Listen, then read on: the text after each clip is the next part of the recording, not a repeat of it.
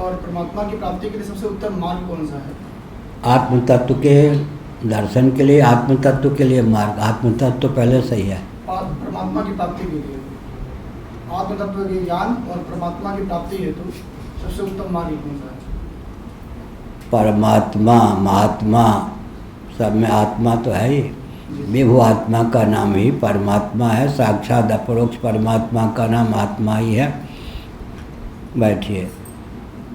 अगर पूर्व जन्म में निष्काम कर्म के द्वारा अंतःकरण शुद्ध हो चुका है, इस जन्म में शुद्ध अंतःकरण प्राप्त है, तो अच्छी बात है।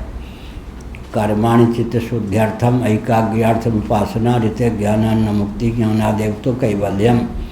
कर्मयोग के द्वारा, निष्काम कर्मयोग के द्वारा चित्त शुद्ध करे, उपासना के द्वारा चित्त को समाहित करे। शुद्ध और समाहित चित्त अगर प्राप्त है तो गुरुमुख से आत्म तत्व का श्रवण करके आत्मानुसंधान करे। गीता का 15वां अध्याय, ततः पदम तत्परिमार्गितव्यम।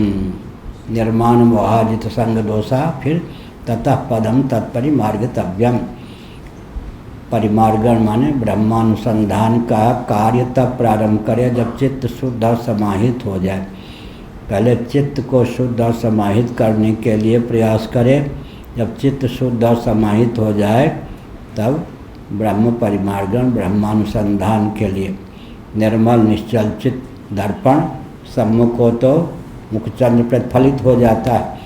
पहले प्रयास होना चाहिए चित्त को शुद्ध और समाहित करने का। चित्त शुद्ध और समाहित हो जाए तो उसकी कसौटी क्या है?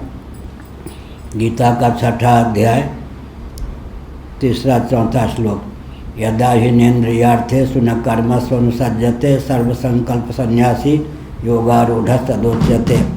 कर्मेंद्रियों में कर्म के प्रति प्रीति प्रवृत्ति शेष न रह जाए। ज्ञानेंद्रियों में भोग के प्रति प्रीति प्रवृत्ति शेष न रह जाए।